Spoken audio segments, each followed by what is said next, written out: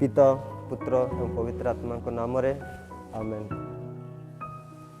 कृष्ण जगरे मोर prior भक्त वृंद सर्वप्रथमे मु आज ईश्वर नाम रे समस्त को मोर नमस्कार देउछि। आमे माने जानिअछु एही मनीष ईश्वरंकर सादृश्य रे गढ़ा होइअछि एवं एही मनीष मध्य आज एक स्वार्थपर जीवन यापन करि आसुअछि एही समाज रे। तेबे जे कि ईश्वरंकर संपूर्ण रूप सादृश्य रे गढ़ा होई मध्य एही जगत रे किभଳି एहीपरि स्वार्थपर भाव रे जीवन यापन करुछि। कारण आमे एही जगत रे मध्य देखिबा को पाऊ, एही समाज रे मध्य देखिबा को पाऊ जने अन्य जनक प्रति स्वार्थपर भाव रे शासन करि आसुअछि, जहारी फल रे आम्भे माने आमरी समाज रे देखिबा को पाऊ युद्ध, संग्राम, विवाद, घृणा, शत्रुता, अभल पाइबा एही भली इत्यादि अनेक गुड़े आम देखा पाई था। यह कहीं घटे आमर यही मनीष जीवन रे जी कि ईश्वर सदृश्य रे गढ़ा। यार एक कारण हो थाई पारे जहाँकि आम कहू सेल्फ एग्जामिनेशन,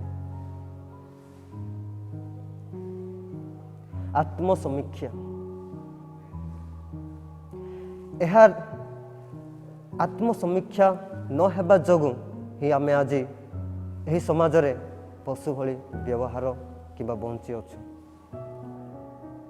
जेते बेले आम्भे माने निज निज को किंबा आत्मसमीक्षा करिवारे असंपूर्ण होई थाउ किंबा अक्षम होई थाउ सेते बेले आम्भे माने सही ईश्वरंकर महान फल पाइबा, अगणनीय दया, क्षमा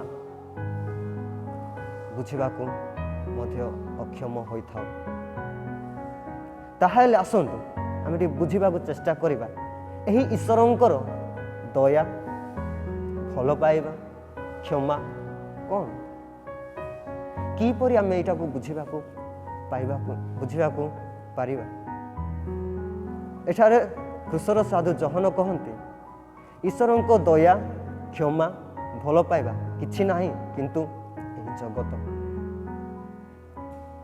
एही पृथ्वी तांकर एही भल पाइबा जो थिरे कि आज ये मनीष एही जगतर पशु पक्षी पानी पवन एक होई एक सामाजिक भाव रे बंची आसुछथि। एंड एही भली हार्मोनियस जीवन यापन रे जदि ए मनीष एक स्वार्थपर भाव रे सही समाज रे बंची रहे ताहाले यह एक कॉन्ट्राडिक्शन रे परिणत होई थाए। कहीं ना आमे आज सुसमाचार मध्य शुणु मु ईश्वर को भल पाए किंतु मोर प्रतिवासी को घृणा करे। यह एक कॉन्ट्राडिक्शन हुए किंबा विपरीत हुए, कारण ईश्वर ही आमर प्रतिवासी भाई किंबा भूमि।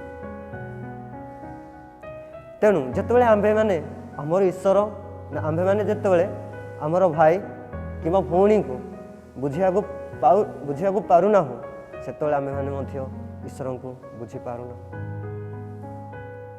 तेणु आज कृष्ण साधु मध्य एक भल रास्ता देखांती आम्भ मानकु, ताहा होची nature, meditation on the nature.